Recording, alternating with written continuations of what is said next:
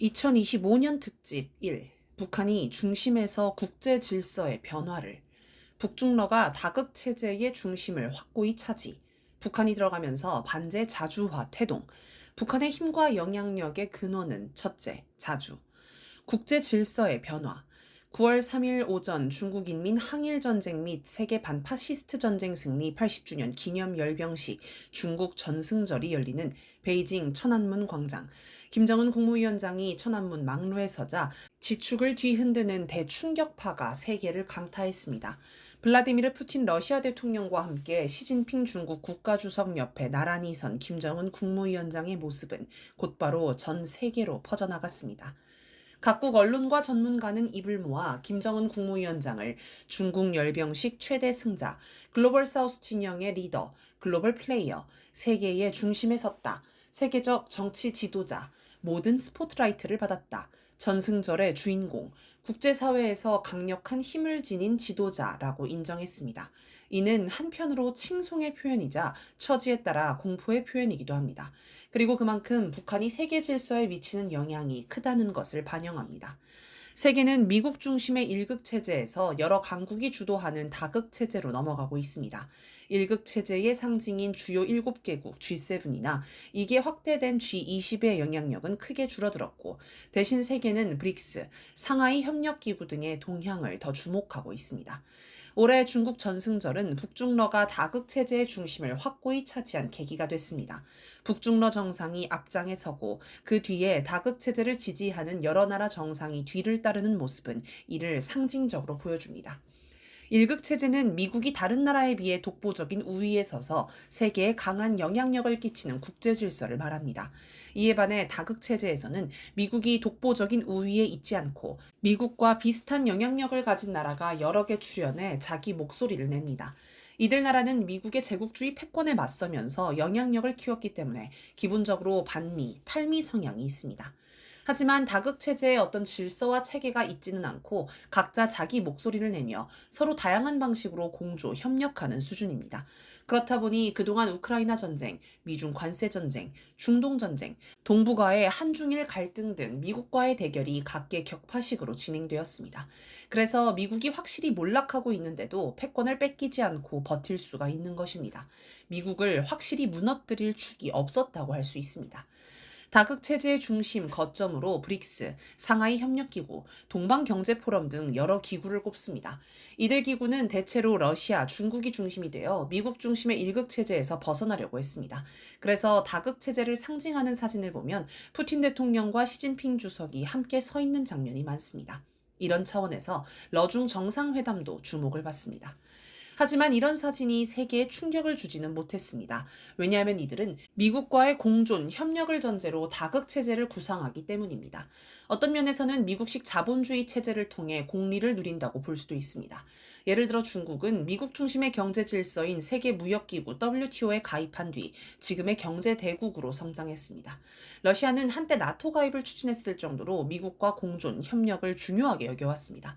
다극체제의 또 다른 중요한 축을 구성하는 인도는 쿼드, 사자 안보 대화를 통해 미국과 안보 협력을 하고 있습니다. 그런데 여기에 북한이 들어가면서 새로운 성격의 국제 질서가 형성되기 시작했습니다. 바로 반제 자주화의 질서입니다. 중국 전승절 천안문 막루는 미국을 철저히 배제하고 억제하는 자리가 되었습니다. 이는 도널드 트럼프 미국 대통령의 반응을 보면 확실히 알 수 있습니다. 처음에 트럼프 대통령은 북중러 정상이 한자리에 모인다는 소식을 듣고 기자들에게 전혀 걱정하지 않는다라고 말했습니다. 또 자신의 소셜미디어에 당신들이 미국을 상대로 공모하는 와중에 푸틴 대통령과 김정은 국무위원장에게 나의 따뜻한 인사를 전해주기 바란다라고 썼습니다. 북중러 정상이 모여서 반미 공모를 할 거라며 긴장한 것입니다. 트럼프 대통령은 열병식이 끝난 뒤 그들은 내가 보기를 바랐을 거고 나는 열병식을 보고 있었다라고 했습니다. 굉장히 신경을 쓰고 있음을 보여줍니다. 답변 중에 기자에게 화를 내기도 했습니다. 미국이 열병식 자리에 끼지 못한 것을 두고 안타까워하는 모습이 드러났습니다. 북한이 들어가면서 지구적 차원에서 반제 자주화가 태동한 것을 보면 북중러가 병립적으로 존재하지 않고 북한이 새 나라의 핵이 되었음을 알 수 있습니다. 그래서 김정은 국무위원장이 천안문 망루에 선 모습이 세계에 충격을 준 것입니다. 북한을 이번 중국 전승절의 승자, 글로벌 플레이어라고 평가한 것도 그 때문입니다. 앞으로 북한은 반제 자주, 협동, 공영의 방향으로 세계의 변화를 이끌어가려 할 것입니다. 천안문 망루의 장면은 이것이 실물로 확인된 대단히 충격적인 모습이었습니다. 이런 취지에서 북한의 힘과 영향력이 어디에서 나오는지 살펴보려 합니다. 자주. 북한은 자주를 생명으로 여기는 나라입니다. 북한의 정치 철학은 자주성은 나라와 민족의 생명이며 자주성을 견지해야 나라와 민족의 존엄을 지켜낼 수 있으며 부강한 새 사회를 건설할 수 있다라고 규정합니다. 그러면서 정치, 경제, 국방 분야에서 자주성을 구현하려면 정치에서 자주, 경제에서 자립, 국방에서 자위를 기본 원칙으로 지켜야 한다고 제시합니다. 정치에서 자주란 외세의 간섭을 배제하고 대외관계에서 완전한 자주권, 평등권을 행사하는 것입니다. 경제에서 자립이란 외부에 기대지 않고 자기 힘과 기술, 자원으로 자립경제를 수립하는 것입니다. 국방에서 자위란 자주국방을 실현하는 것입니다. 북한이 자주를 강조하는 이유는 분명합니다. 남에게 기대면 자기 힘을 키우지 못하며 위기가 닥쳤을 때 누구도 도와주지 않아 결국 망하기 때문이라는 것입니다. 소련이 붕괴하자 따라서 몰락한 동구권 나라들이 대표적인 사례입니다. 하지만 제국주의 국가들이 다른 나라를 침략하고 약탈하는 약육강식의 세계에서 한 나라가 자주성을 지키는 건 굉장히 어려운 일입니다. 많은 나라가 강대국의 압박과 위협에 밀려 국익에 반하는 결정을 하거나 단기적인 경제적 혜택에 넘어가 자주성을 포기합니다. 유엔 총회에서 강대국의 요구에 따라 투표하는 나라들, 자국 산업이 몰락할 걸 알면서도 시장을 개방하는 나라들, 외국 무기를 수입하고 외국 군사 고문을 초빙해 군대를 양성하는 나라들을 쉽게 찾아볼 수 있습니다. 북한은 미국의 직접적인 위협과 압력을 받으면서도 가장 견결한 반미 자주 노선을 초지일관 지켜왔습니다.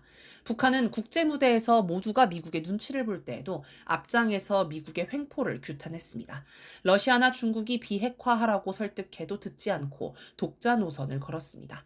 또 미국이 경제 지원을 미끼로 비핵화를 요구할 때도 흔들리지 않았습니다.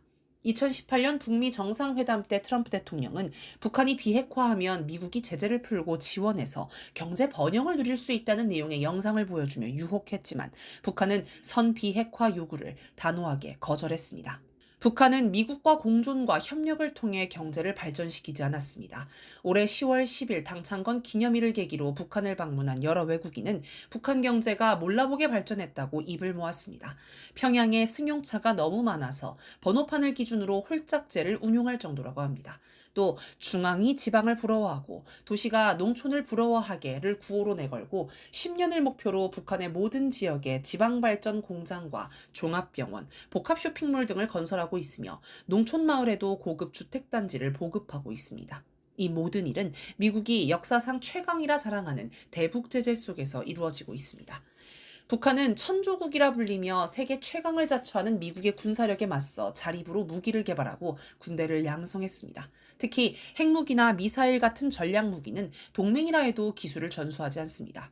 북한은 철저히 고립된 속에서도 독자적인 연구를 통해 극초음속 미사일, 핵무인 수중 공격정, 차량 이동식 대륙간 탄도미사일 등 세계에서 가장 앞선 수준의 첨단 무기들을 개발했습니다. 최근에는 전략무기뿐 아니라 군함, 전차, 총과 같은 재래식 무기 개발에도 힘을 쏟고 있는데 내년 1월로 예상되는 9차 당대회에서 핵무력과 상용 재래식 무력의 병진 노선을 선포할 것이라고 합니다. 이처럼 북한은 철저히 자기 뜻에 따라 자기 힘으로 나라를 발전시키며 미국에 맞서 싸웠습니다. 세계 1극을 자처하던 미국은 자주를 앞세운 북한을 무너뜨리는 데 실패했습니다. 북한은 강대국에 휘둘리는 정치 체제가 아니다 보니 러시아, 중국을 통해 압박하려는 미국의 외교 공세가 먹히지 않았습니다. 자력갱생을 통한 자립 경제 체제다 보니 대북 제재도 통하지 않았습니다. 국방을 외부에 기대지 않으니 핵, 미사일 개발을 막을 방법이 없었습니다.